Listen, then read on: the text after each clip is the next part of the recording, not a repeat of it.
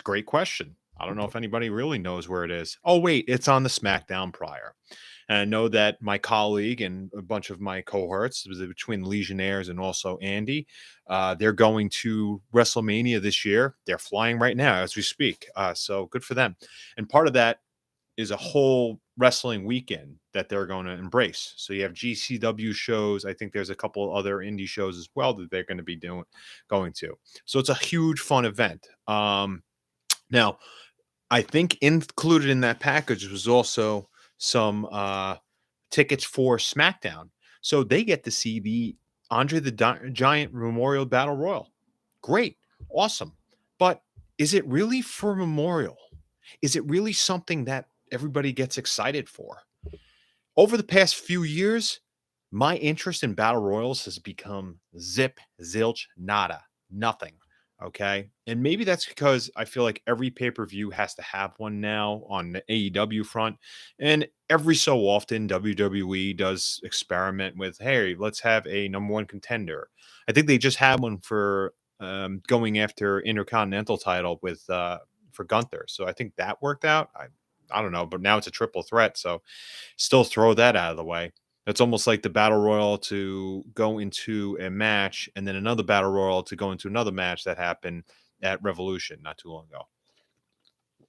But without said, this isn't really about AEW. I'm actually talking more about the Andre the Giant forgettable battle royals. All right. The reason being is because we start from this point where this was a new concept. It was introduced at WrestleMania 30, and we had a pretty prominent field in there. That one with Cesaro, and this was great because this was the real American type of gimmick that he had with Dutch Mantel at the time, or Uncle Zeb Coulter. Sorry. Um, but he was the nationalistic guy and somebody you could get behind, and almost like an indie darling at that point that really made it. So it was really cool to see him win. And this also then became something where you would actually see Cesaro the next day come out. They had the trophy, which weighed a ton. If you look at WrestleMania 30, took like 6 refs to bring it in there. Cesaro comes out from a full squat, impressive as he is, and just picks it up, and he's just like, whoa, this thing weighs a ton. But he earned it because he picked up the Big Show and body slammed him over the top rope there. From that point, we should have realized that this is kind of like a nice filler, but we don't know whether or not this is going to go anywhere. The next night on Raw, Paul Heyman is then deemed the guy for Cesaro because Cesaro said, "Hey, I'm proud of this, but I'm a Paul Heyman guy now." Whoa! All right, now we're going to spark some interest from the fans. Now it's like, okay, look who we have here. We have a guy that could be a huge player. I mean, Paul Heyman's record speaks for itself. Look at right now the bloodline. Look at the past with Brock Lesnar. I mean, yes, we could go into Ryback and Curtis Axel. Not everybody's going to be a home run. 911 was a home run. Nevertheless, Cesaro at that point was then somebody that you could take seriously on a more high level front, maybe even main event. Didn't really go that way, unfortunately. Apparently, Vince never saw him as a main event guy. And the language barrier, I guess, I don't know. But the history has shown that. So Vince maybe just doesn't understand that stuff. And it's sad. But I think guys like Triple H understand the talent. He probably even regrets having Cesaro not signed at that point, or the future endeavored, I guess you could say. But then we're going to go into maybe they're pivoting the battle royals as kind of like a thank you. Because yes, I'm not going to get into the women's battle royals because those are somewhat a little bit newer. I think there's like 1 year removed in between, but I'm not going to get into that because I really don't have too much of a mindset on focusing of that, because I think at the time it's there was the Mae Young backlash. No, there was the Great Moolah backlash, and then the Mae Young, they replaced the name and the trophy looked like fallopian tubes. But that's another story. The next year, though, you're outdoors. There's a story inside that battle royal. Big Show is there, and he's the one. He wants to win it. He's got every right to. He's earned it. Andre was his idol. He was even Andre's son at some point, too. Let's remember that, right? But that's another story. I'm coming out with a lot of different things here for other stories. I don't know if I'll pick up on it. Maybe at some point. But anyway, Andre's Big Show's in there, and he's facing off against what everybody hopefully remembers as Mizdow. Damien Sandow is the stunt double for The Miz. The Miz has kind of been treating him like crap. It's actually a good build towards this match. At this point, The Miz is actually telling Damien Sandow, look, you got to do whatever I say because you're my bodyguard or you're my stunt double.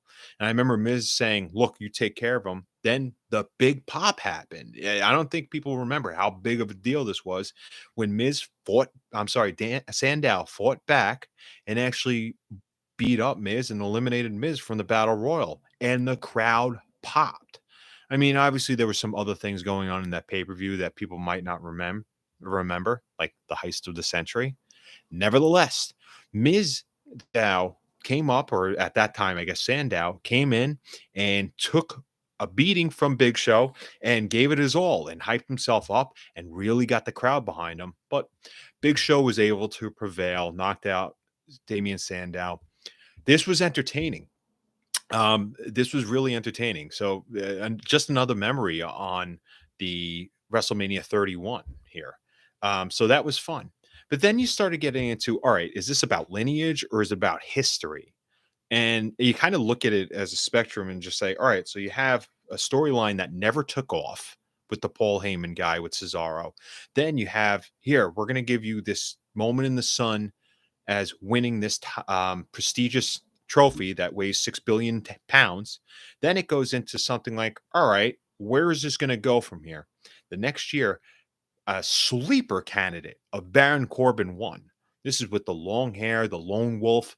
He comes out there and he's prideful. He wins. I don't remember the meticulous details for this match, but I don't think anybody saw that coming from Corbin.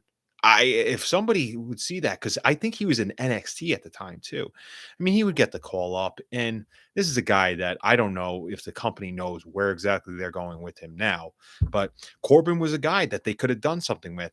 I, correct me if I'm wrong. Somebody tell me, but what did they do from that? I don't remember anything that took place on NXT that long ago with him winning that. I guess maybe it was in storyline. He ended up pushing out Kane as the final combatant. And if you were following the here, let's give you an award for your time, you would have thought Kane would have won that if you were going to follow through the steps of the here is the next person up. But instead, here comes Corbin. All right, what are they going to do with him? Nothing. Nothing. And it's proven more so that, all right, so the next year, you're going to have a spot where Rob Gronkowski is on the outside and his friend Mojo Rawley is on the inside of the ring. And I think he's fighting with, yeah, Jinder Mahal.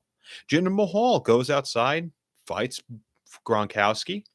Gronk gets pissed, goes to hop the barricade. The security guard wasn't in on the secret that he was supposed to go over and, tackle Jinder Mahal. This helped Mojo Rawley win. What did they do with him? I think he even got demoted to be a hype brother. Was that the case, or was he a hype brother before? I don't know, but nothing from that. All right. The next winner. This is the funniest one. This is when it goes back to the here, let's thank you for your duties.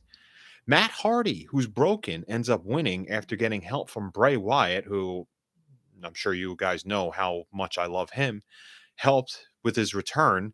And that was actually probably a better return than what he has done over the past couple of months or so.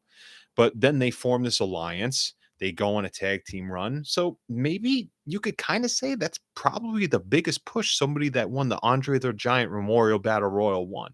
The next day, Jeff is then greeting Bray, and then they're in the Hardy compound family, whatever. But they win the tag team gold from that. So I guess that's the high watermark for Matt. I don't know. Um, After that, then it becomes like, all right, where are we going here? The next time we see Braun Strowman dominate throughout the ring, all right, he ends up facing two guys from SNL, Colin Jost, and I forgot the other dude, the funnier one. Maybe because I just have a little bit of uh, um, unpleasure with Colin Jost because he's dating or he's married to my crush. But anyway, that's another story. Um, but that battle royal in particular was just like, all right, this was just overhyping Braun. I remember just leading up to it. It was just Braun, Braun, Braun, Braun, Braun. That's great, but when you know who's going to potentially win, but you know that the outcome is going to be nothing, what are you there to look forward to? Just bodies being thrown everywhere. That particular point too was also when Mustafa Ali was getting suplexed by Luke Harper or Brody Lee at the time, or Jonathan Huber, and then Braun almost killed both of them. So it just goes to show you he still learned how to be a little bit safer in the long run. That's when after that the company, for some reason, for an event that's 2 nights, they can't even have this on one of those nights. They relegate it to SmackDown, and it tells a story with Jey Uso actually winning. So another win for the Bloodline, but at what cost? It's not like he's gonna defend that trophy anyway. The next time also is Madcap Moss winning, and that was last year as well on SmackDown, and he threw out Finn Balor for the final win. My whole thing is, what are you going to do with this? You're honoring somebody, right? But it's not going anywhere. When you have the king of the ring, it's not that it was set in stone that they're getting a title shot, but it did lead to that. Hell, Mabel even had a program at SummerSlam with Diesel, and he almost killed Diesel. Let's not forget that. But anyway, you win something, you're owed something. There's no reason to pay attention to this battle royal anymore. It's sad because I used to like battle royals, but now it's just submerged in just random smackdowns. It's going to give you a trophy that's going to make you get a hernia. I don't know. I think ever since I'm taking a look here, ever since the Big Show won, it really hasn't meant much. I understand. I think if I do recall, I also think Shaq came out in one of those to confront the Big Show. All that led to was Shaq coming out, doing a match in AEW, and then getting taken away in an ambulance, never to be seen again. So the story unfolds there. So let's see if anything happens with Shaq. That youngster really started his career in WWE in these battle royals. Nevertheless, I just really wish that they actually did something more constructive with the actual winner of these Andre the Giant battle royals. Because it's just very forgettable. Some of the names in here are greats too. I'm not even lying. All right. When you take a look at Kofi Kingston, who I really believe could win, if we're the way we're talking about this now, with just thank you for your service, here's a moment in the sun, this would actually be the pinpoint of that. And I really think that this actually would make the most sense. So if you have Kofi in there, let's take a look at who's in there. I think Kofi's going to be in there, Karrion Kross. The That'll be a whole nother video at some point on what they're doing and they're wasting, but I won't want to have too much haterade going on because I think I've been doing that a lot. But maybe this is just a plea for the crowd to actually say, okay, let's make this mean something. Let's just not have a match just to have a match and then here's a trophy and that's it. Let it go on to develop something more than what it has been in the past 5, 6 years since you're doing it. Because otherwise, the legacy of one of the greatest athletes or wrestlers known to mankind and just an absolute spectacle and an attraction in the world, to just have this memorial go up and you don't even have plaques or any pictures of any type of office or any hall of fame to showcase this in, it's really not doing anything because it's just spending time on just here's an appreciation trophy, that's it. So this is Dale signing off. I just hope that they do something with this battle royal because you can make a number one contender out of it for any type of title because then it'll mean something that day. I remember, what was it? Kane won a battle royal to go against the ECW champion later on that night, and he beat Chavo Guerrero in like 3 seconds. Impressive. But nevertheless, you don't need it to be that way. However, if you want to get it to the Intercontinental title, there's steps to do, and that could work out. It's worked out in the past. Let's build something out of these guys that win this battle royal.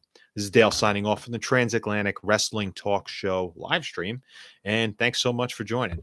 All right, and enjoy WrestleMania.